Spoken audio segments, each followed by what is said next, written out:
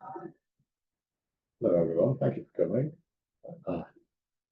We've got some EVI representatives as well. Excellent. Is that right?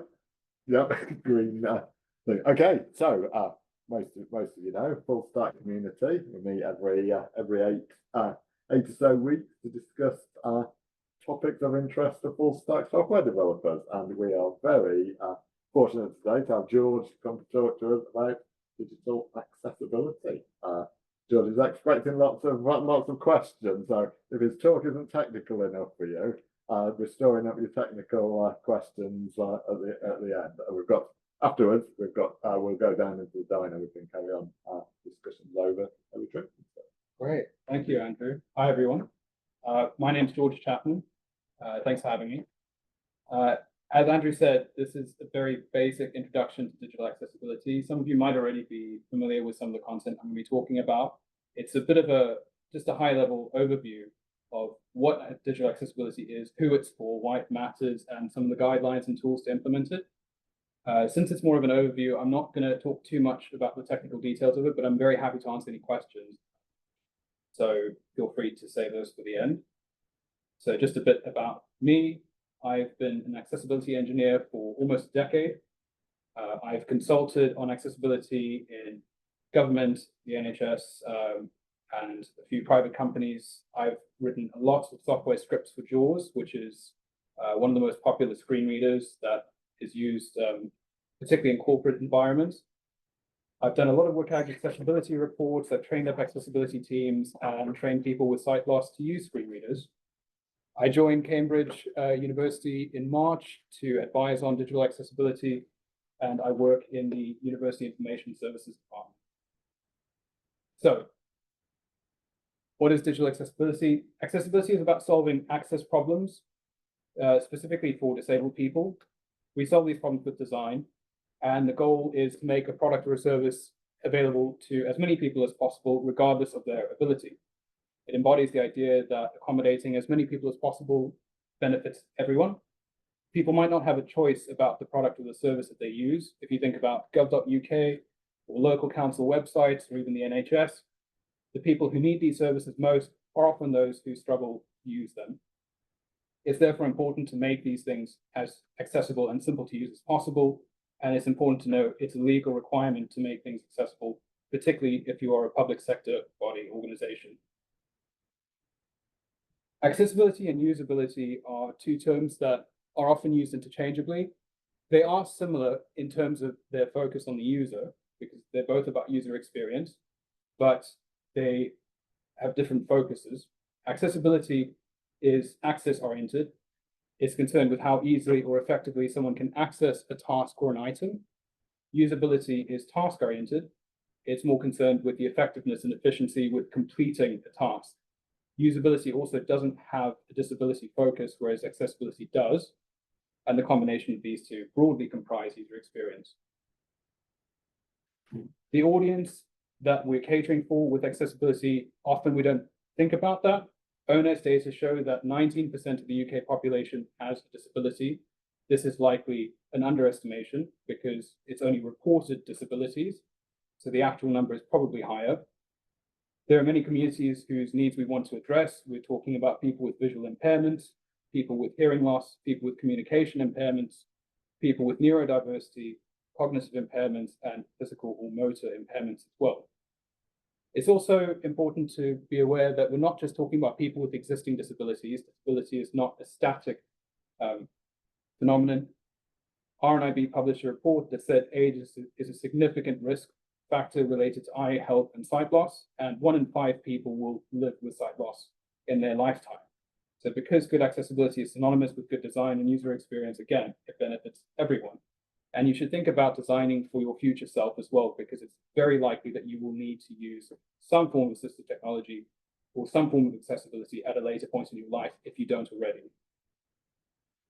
So to talk about the legal requirements for accessibility, it is required by law. We have the Equalities Act, Public Sector Equality Duty, Disability Discrimination Act, but the public sector body's accessibility regulations, PSBAR, specifically mentions WCAG, which is the Web Content Accessibility Guidelines, And as I said, all public sector bodies are required to conform with level AA of WCAG 2.2. Disability is a protected characteristic, and obviously it's illegal to discriminate against anyone with a disability, and this includes prohibiting access on the basis of disability. There's also a practical reason for wanting to make things more accessible.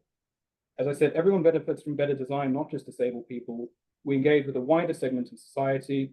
We offer a greater choice for people who are disabled, who are no longer limited to the least inaccessible option. There's reduced spend on fixing bad design choices and reduced legal and reputational risk. Government digital services do audit public sector bodies. Employees have been known to take employees to tribunal. So it's important to bear this in mind.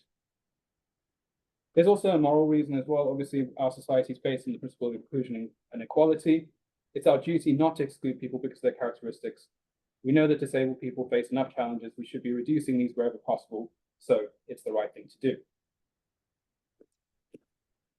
When I'm talking about accessibility to people in different organizations, I often encounter one of two different types of views.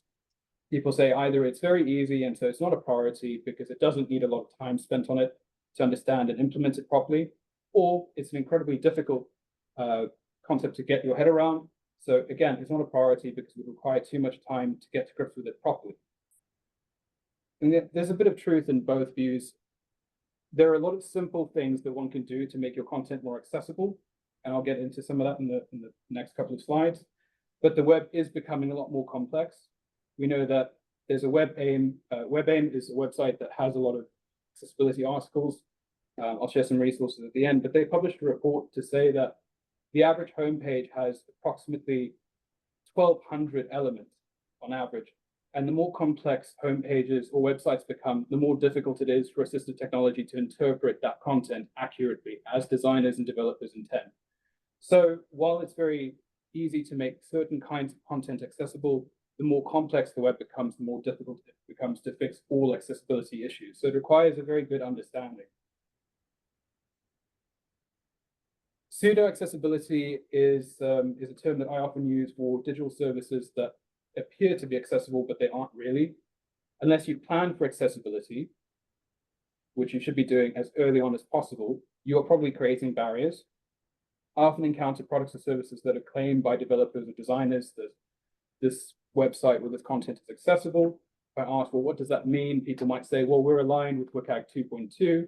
We run this through Axe DevTools or Wave or Google Site Improve or Google Lighthouse. But, and I'll get into this with my slides on automated checkers, we know that automated checkers don't catch all accessibility issues. So this is particularly bad because we might think a problem has been solved when actually it hasn't. And you've likely made things worse because your accessible product isn't actually accessible at all. So pseudo-accessibility basically refers to something that has been designed by people who have a very poor understanding of user needs. It's never been tested using a real-world scenario, such as with assistive technology. It creates extra barriers, and it's just a form of accessibility theater. Real accessibility, by contrast, is something that solves an access problem, has genuine user impact. It's designed with a very broad understanding of user needs. It's not just designed with a developer or designer thinking about themselves as the future user. It improves user experience and is tested using real-world scenarios. And the most important thing is that it actually gives disabled people independence. It allows them to access content and information on their own without assistance. Let's talk about the toolkit that we use to check for and remediate accessibility. We've got the Web Content Accessibility Guidelines, which is currently at 2.2. I think version 3 should be out. I don't know if it's next year, but it's been in draft for a long time now. There's the Web Accessibility Initiative, Accessible Rich Internet Applications Technical Specification. That's a technical specification that tells us how to increase the accessibility of web pages. It specifies patterns on how to design accessible UI components. There's also ISO 9241, which is a standard for the ergonomics of human system interaction and human-centered design processes. Automated testing is something that a lot of developers already know about, and some designers as well. These are either browser extensions, built-in tools in certain applications like Adobe Professional or a lot of Microsoft Office applications. There are some open source I think, continuous integration, automated checkers that you can use in your development pipeline. There's one called Pally, I think, that DWP use. These are really, really useful tools, catch some very basic accessibility issues, but they shouldn't be relied on their own. They need to be used in conjunction with manual testing as well. And when we talk about manual testing, we mean conducting end-to-end testing, being able to complete all tasks using different types of assistive technology, thinking about real user scenarios, not just theoretical guidelines that WCAG might describe. We're testing for multiple types of users, zooming and magnification, color and contrast, screen readers, simulation glasses, speech to text, speech recognition, or voice control, restrictive gloves, switches, adaptive hardware, those kinds of scenarios. So just to talk a bit more about WCAG, it's the Web Content Accessibility Guidelines. It contains recommendations for making web content accessible. We use it to test for accessibility in accessibility audits or VPAPs. If you're going through procurement, you might ask a supplier to produce a VPAP, which would say how accessible their software is. It's organized around 4 principles of accessibility that websites and content need to be perceivable, operable, understandable, and robust. I'll go into those in a bit more detail on the next slide. WCAG is referenced by law in this country in the public sector bodies regulations. It's also mentioned in the EU's Web Accessibility Directive and the European Accessibility Act, which will come into force next year, and in the US for Section 508 legislation. WCAG is really great to help you achieve accessibility, but it's not a panacea. It's a specification that guides on the design, development, and content of a website, and it does this with specific success criteria. It's got 61 success criteria organized in 3 different levels of priority: level A, AA, and AAA. As I said, all public sector bodies have to comply with WCAG 2.2 level AA, and that is checked by the Government Services. It's also worth noting that while WCAG is a very popular standard, and it is sort of, I'd say it's probably the de facto gold standard for accessibility on the web, there is some disagreement about some of the standards in WCAG. For example, there are more robust guidelines for criteria such as contrast.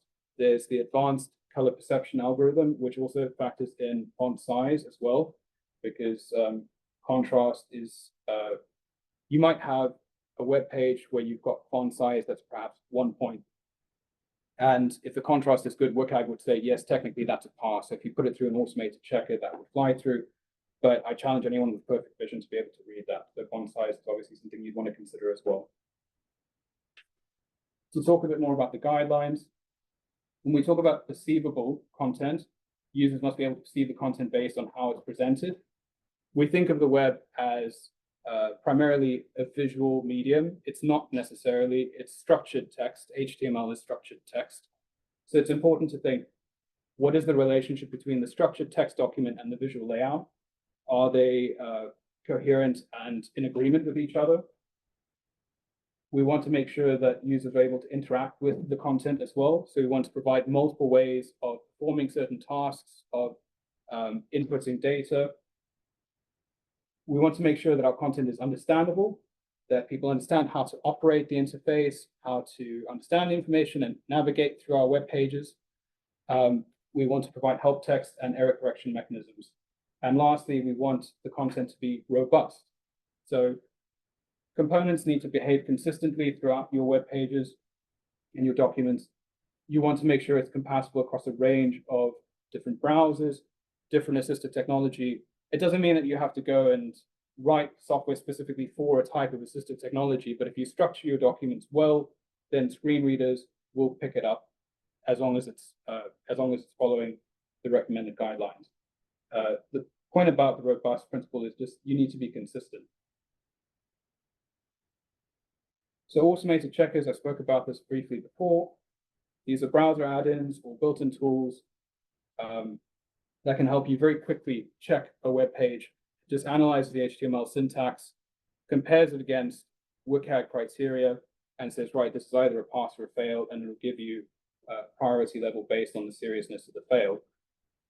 It's really great for quickly finding basic issues and it's best used alongside manual testing. But a GDS audit found that automated checkers only catch about 30% of accessibility issues, so it really isn't the best way to check for accessibility.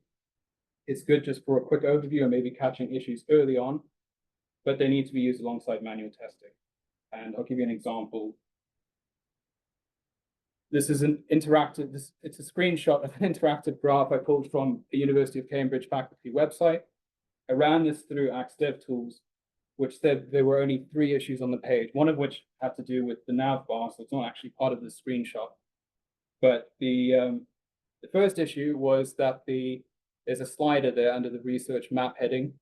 It doesn't have a label. And the checkbox doesn't have a label either, even though the text is associated with it alongside. But it had no issue with the actual graph itself. And I don't know, you could probably try and make sense of that, but if you had to try and describe what's going on in that graph to somebody over a phone, you can imagine how difficult that might be. So according to Axe DevTools, this page is more or less accessible. Part of the reason why this tends to happen as well is this graph is probably rendered as an SVG. You often, you might find data tables are also just inserted as an image. And if there's some sort of title description associated with the SVG or an alt text attribute with the image of the graph, then as far as an automated checker is concerned, it's accessible because it doesn't know what you're trying to convey. So the context really matters in this case. And that's something you can only really check with manual testing. So with manual testing, I can't go into all the different types of assistive technology, so I'm just going to focus on screen readers. That's what my background is in. And it's quite a daunting piece of software for a lot of people who've not used it. It's basically software designed for people with sight loss or people with very low vision to read and interact with information on a screen. Examples are JAWS, NVDA, Microsoft Narrator, Apple VoiceOver, Google TalkBack. So virtually every device that you've got, even if it's a humble Windows laptop, you've got a screen reader built into your device. So if you wanted to test it yourself and start getting to grips with how a screen reader might read a web page, you can do that on virtually any device nowadays. The screen reader works best with structured information. So, sorry, I should say well-structured information. But as I said, because the web is becoming more complex, we have custom components and different types of frameworks and UI libraries. It becomes really difficult for screen readers to correctly interpret this information if they don't use ARIA correctly. I can talk more about ARIA at the end if anybody's interested in that. ARIA, as I said, it's a technical specification. It's just basically extra HTML tags that tell screen readers how to interpret UI components. It also has a library of UI patterns that you can look at for how you would expect the component to behave with assistive technology. Common accessibility issues that I find, these are, a lot of you might be aware of these already, they're quite basic, but they crop up again and again. Inconsistent use of headings and styles. You want to make sure that the structure of your document matches the visual layout. So if you're going to put in headings or particular types of components, don't just visually style them to look a certain way. Obviously, use whatever tags or components are associated with that visual layout. Color and contrast. You want to make sure that the contrast of the text is sufficient against the background. Obviously, very low contrast means people can't see it, but it can create other problems as well. People with visual stress or color vision deficiency might not be able to correctly perceive what text they're reading. So font size also matters here as well. With images and web pages, obviously all images have the alt text attribute. A lot of people don't bother filling that in, or they say alt text equals alt text, or alt text equals remember to put in some alt text. Often people just put text in images, which is obviously really bad because the screen reader, unless it has OCR, can't discern whatever information is in that image.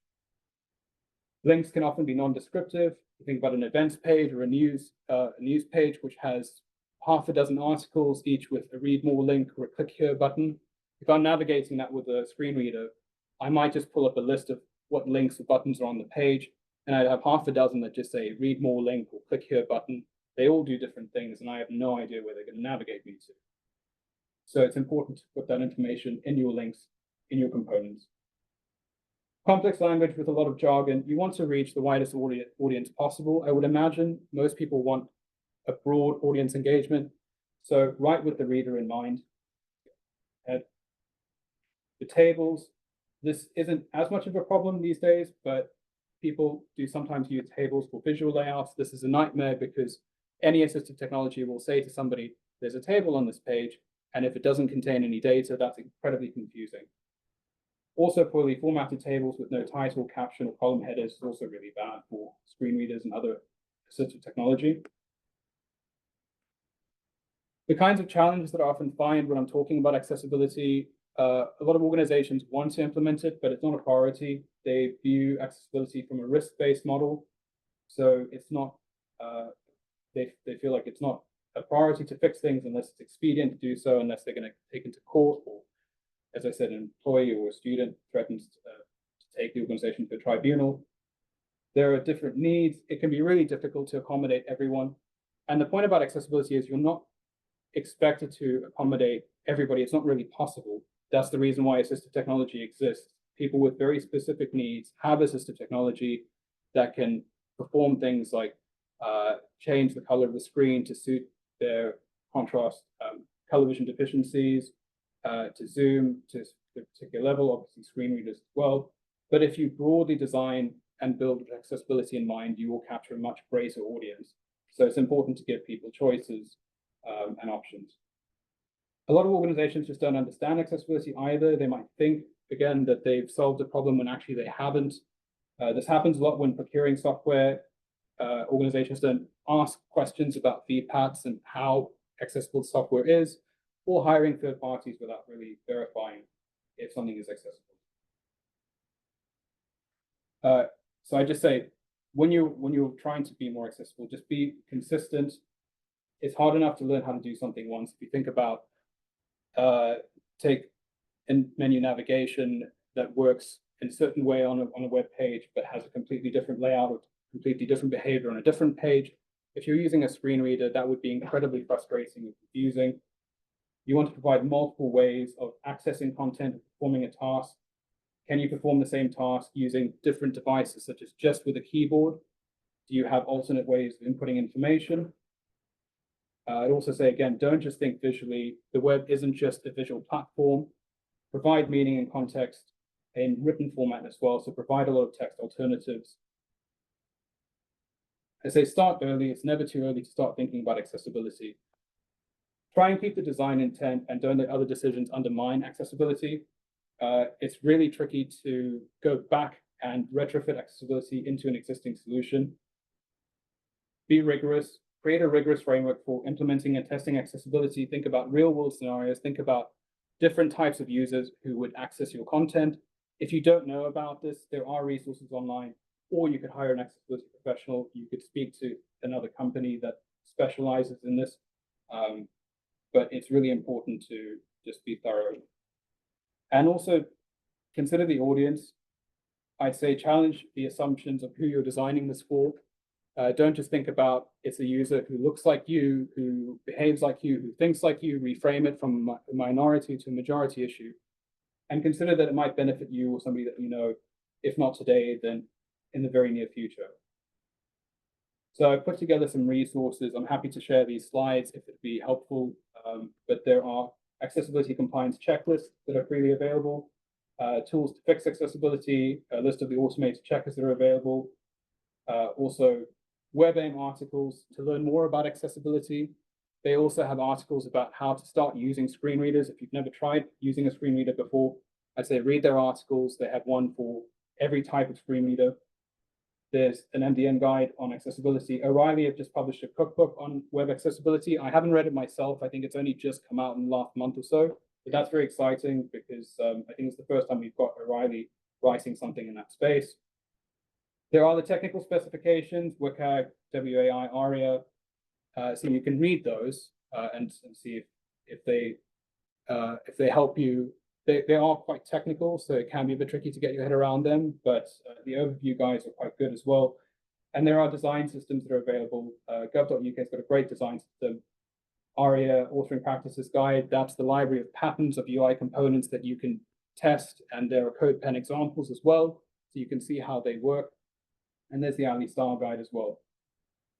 So just to summarize, accessibility, obviously, it's really difficult to get this right. A lot of digital services aren't accessible unless you plan for them. But everyone can do something to improve accessibility. There are plenty of free resources available to check. I'm very happy to answer any questions that anybody has. Even after the presentation, I can share my email. So if you have any questions about how you can improve accessibility of your content, I'm more than happy to answer those questions. And I just say, start early and just think about accessibility as early as possible. So thank you.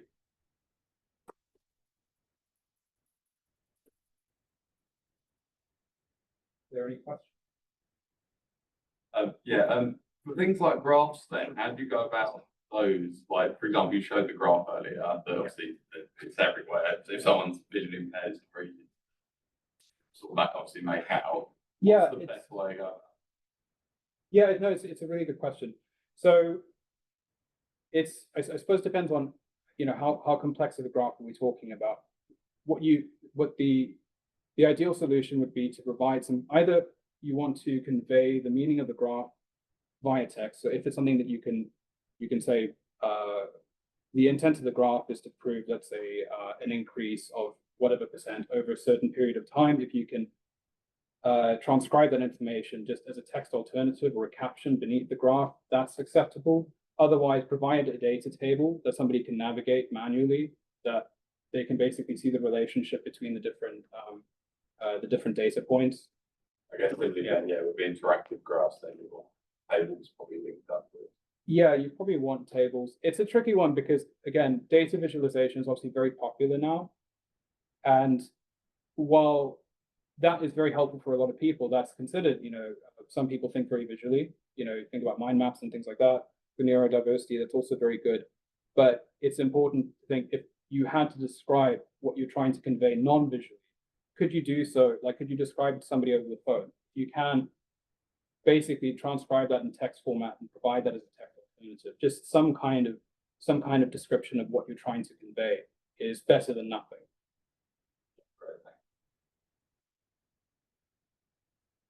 Yeah. Do you have in your mind golden example of the best accessible website? Best accessible websites. Gov.uk do a really good job. DWP actually do a really good job as well, surprisingly or unsurprisingly, because there's someone at DWP, I don't think they're there anymore. I think his name's Craig Abbott, but he started up the accessibility team. He was a developer in DWP. He started up the accessibility team there, started writing a blog about the journey to make DWP more accessible, and they started using continuous integration development tools. Pally. BBC is also really good as well. So what I consider, maybe a good example is not just that they're WCAG compliant, but they've got really nice features as well. They've got skip to links, but multiple skip to links as well. So when you're tabbing through the website, it's really easy to get around to different parts of the website. You get to the navigation menu, you can use the arrow keys to navigate. You don't have to tab 1,000 times. If you're somebody, for example, with a mobility impairment and you're using a switch device, you'd literally be sitting there waiting for the focus rectangle to jump from different component to different component. So having these nice little mechanisms where you can adjust, you can customize the website to an extent. Again, you don't have to provide like the nth degree of customization. RNIB's website is really good as well because they've got different color modes. They've got a high contrast mode, a dark mode, a light mode. That's a really neat tool. So I think those kinds of websites are the kinds of things I point to just for accessibility features. But overall, I think just anything that complies with WCAG properly and has been tested, but BBC, Gov.uk, DWP, RNIB, those are all good examples. Yeah. As part of the answer to that question, you mentioned continuous integration. Yeah. There are tools that allow you to shift left, a bit like cybersecurity, where you discover problems much earlier in the development process if you keep on applying the tools. I know the tools aren't everything, but they can catch the really low hanging fruit, I suppose. Yeah.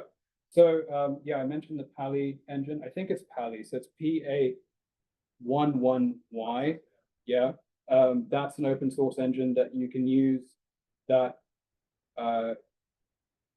should be able to continuously monitor. I think it basically just it watches whatever HTML files are being generated in a folder, and it can then basically catch what it perceives as, you know, yeah, any sort of WCAG non-compliance failures.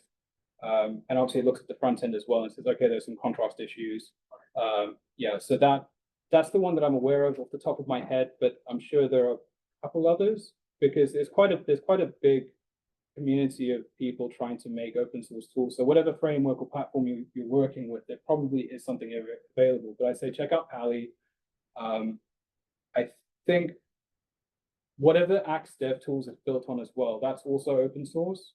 So if you check that out, there might be something, an engine there as well that you can use in continuous integration.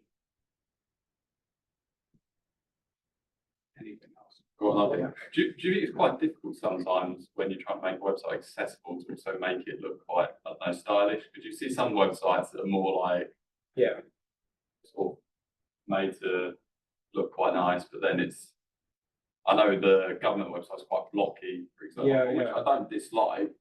Yeah, it's a tricky one because, so at Cambridge, I'd say, you know, you obviously have brand guidelines, and that's maybe controlled by the brand team or the marketing team. And there's a desire to have text be a certain color, but that might conflict from a contrast point of view. If you've got, you know, an image on the page, you've got a particular background, one department has a particular color scheme that they want to use. I think it's not the two aren't incompatible, but you have, that's why I say it's very important to think about this as early as possible, because when you're having those conversations with designers, which we're doing at the moment, we're working on migrating quite a number of websites that we host in UIS. And it's really, yeah, there's just a conversation happening every week with the designers saying, okay, these are the mockups in Figma, this is what we're thinking. And we, you know, somebody like myself has to go in and say, okay, I can see that there's going to be a color contrast issue, or there's going to potentially be a UI issue with the way you've built this menu. And so, as I said, some of the reasons, I'm trying to think, the Ali style guide that I've got under design systems, and also the gov.uk design system, those are really good resources if you want to see accessible, good, and the gov.uk design one isn't necessarily just a mirror of whatever's on the gov.uk site. You can obviously customize that, but that and the Ali style guide, and there are quite a few others online as well if you search for them. They're really good examples of how you can marry good design and accessibility, so they don't have to be in conflict with each other. Good, thank you. This may be a slightly more random one, but I've noticed a lot with modern websites. I even struggle to figure out what's clickable and what isn't. And I sometimes wish we could go back to a time where buttons were like clearly embossed. Yeah. Do you ever like consider that, like, Oh yeah. how obviously clickable interactive things? Yeah, so I think if I think of something like a single page app and the way that it behaves, you know, it might be quite counterintuitive based on, you know, how you're used to a web page behaving. Those really blocky old websites that we had in the 90s, you know, early 2000s, they worked great with screen readers because you only had a set number of components that you could use.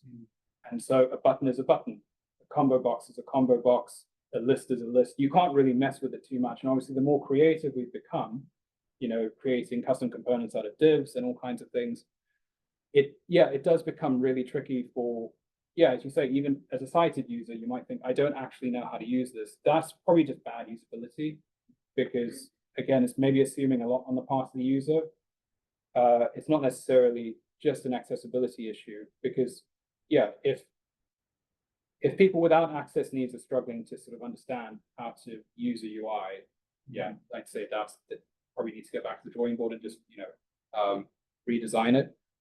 But it definitely does present a lot of problems for if you're using a screen reader, if you're using voice recognition software, because it's really difficult to know what's going on, to know what's interactive, what isn't. So that's part of the reason, I suppose, why we have guidelines now, because we're trying to just say you need to be aware if there's a focusable component, create a focused rectangle. If there's a clickable component, make sure it's got a hover state so people actually know, because there are certain cues. There are obviously laws of design and UI and UX where we learn to recognize the interactiveness of certain components. And we try to repeat that. We're not trying to just reinvent the wheel all the time. So I'd say it's when people try to get maybe too creative with those rather than just sticking to, pretty straightforward principles that we know work, you might get into that territory of it. Any interesting examples of AI in this area? That's a really good question. Nothing that I'm aware of. I'm in contact with a group at Cambridge that are doing something with AI and accessibility. I've yet to meet with them though. But I was contacted by a company that wants to merge AI with basically automated testing. I think some people might see that AI is maybe a useful shortcut to check for accessibility. Personally, I don't know how successful that's going to be because we already see the pitfalls with automated testing. So I do wonder at where we're at now with AI, how much you can really train, a system to learn and recognize accessibility failings. Beyond that, I'm not sure what the users are yet. I haven't seen or tested anything myself, but I think it's definitely something that will probably come up in the next couple of years, but nothing that I've really encountered. Do you think that's quite likely to improve? I know, did you say 30% the automated stuff, about 30%? Yeah, it's about 30%. Yeah, do you think that'll probably increase that a bit? Like, It might do because, again, it is a context-specific failing. So if AI, for example, is able to understand, you think about that graph that I showed, if it could somehow interpret the graph and maybe provide a summary of that information without the developer or the designer having to do that, that would be a really great use case. But I think what might be a really interesting space for AI is websites are also I see them as becoming like brochures or pamphlets of information, and AI basically summarizes all of that information for users. So rather than somebody who, for example, uses a screen reader, goes onto Google, wants to find some information, they could just ask Siri or, whatever sort of AI prompt to find the information for them. That cuts out a lot of this bad accessibility or inaccessible stuff as well. So that could be, something that could be really powerful. Yeah. I've got one question, or another one. Sometimes people, especially in the social model or by disability, talk about not thinking in terms of deficits. Is that a problem in accessibility design? I don't know how to phrase my question any better, but I suppose a lot of people that come into accessibility with a not naive view, but a new view might feel that it tries to compensate around people's perceived deficits, but that's not it at all. I know what I'm trying to say. Is that more affirming theories, or is it like, Yeah, I'm not. I think I understand what you're saying. Are you saying it's more about how people perceive disability? Think about if their schools thought about making other people thrive rather than compensating for others. Yeah. Yeah, no, I think I understand what you're saying. I think traditionally there's always been this medicalized view of accessibility. So charities like RNIB, I know, for example, they're trying more to move away from that because it's seen as a problem with a person that needs to be fixed, or that it's, think about greater awareness of neurodiversity now. We know that a lot of people are quite high functioning, and you might have a neurodiversity and not be aware of it for most of your life. Rather than treating accessibility as we're fixing a problem because there's deficiency in a person, it's more a case of trying to open up the conversation about access and access for everyone. Yeah. So yeah, there is definitely that shift sort of happening, and I don't really talk about it in terms of, I don't really encounter other people talking about it so much in terms of like deficiency or deficit in other people, but there has traditionally been this medicalized view, and that's kind of seen as quite archaic now. So it's more about, can we just, again, with usability and user experience, just talk about broadening the audience rather than just we're accommodating one person with one specific access need. I can see that. I think I might have arrived a bit late at the talk. Sorry, but No, that's fine. Okay, well, thanks very much, guys. Really appreciate your time. Stop sharing. Great, thanks ever so much, Yeah. George. Yeah, no worries. Thank you.